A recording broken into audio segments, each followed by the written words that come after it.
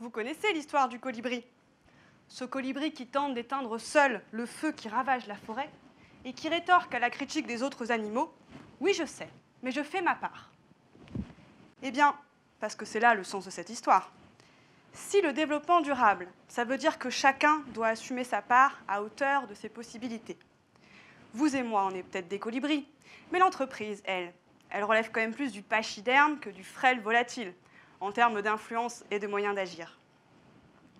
C'est bien pour ça, d'ailleurs, qu'on l'attend sur un terrain spécialement aménagé pour elle, celui de la responsabilité sociétale des entreprises, RSE pour les intimes, qui permet d'évaluer la capacité qu'elle a à intégrer dans ses activités une contribution au développement durable, assumer sa part de responsabilité. Mais quand cette entreprise s'appelle SNCF, là, ça se complique un peu. Parce que quand on est une entreprise publique, historique, actrice de la mobilité et donc omniprésente dans les territoires et le quotidien des citoyens, ça veut dire quoi exactement, faire sa part? Prenons le cas d'une gare, par exemple. Est-ce que le rôle d'une gare, ça se limite à assurer la mobilité des voyageurs? Ou est-ce que ça doit inclure des aspects de développement local, certaines problématiques d'ordre territorial ou social?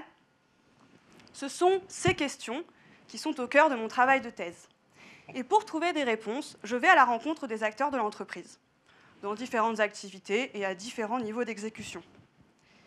Je veux comprendre quelle perception ils ont de la RSE et surtout, sous quelle forme ils la mettent en pratique.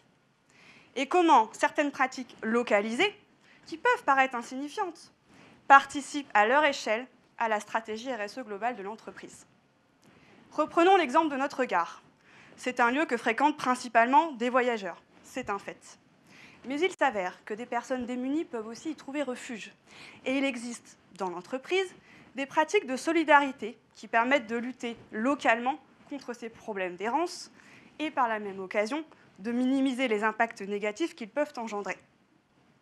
Donc en fait, ce qui se passe au niveau local, ça permet plus d'adaptabilité, plus de réactivité, des atouts qui sont essentiels pour répondre à la complexité croissante des enjeux de l'entreprise d'aujourd'hui et encore plus de celle de demain.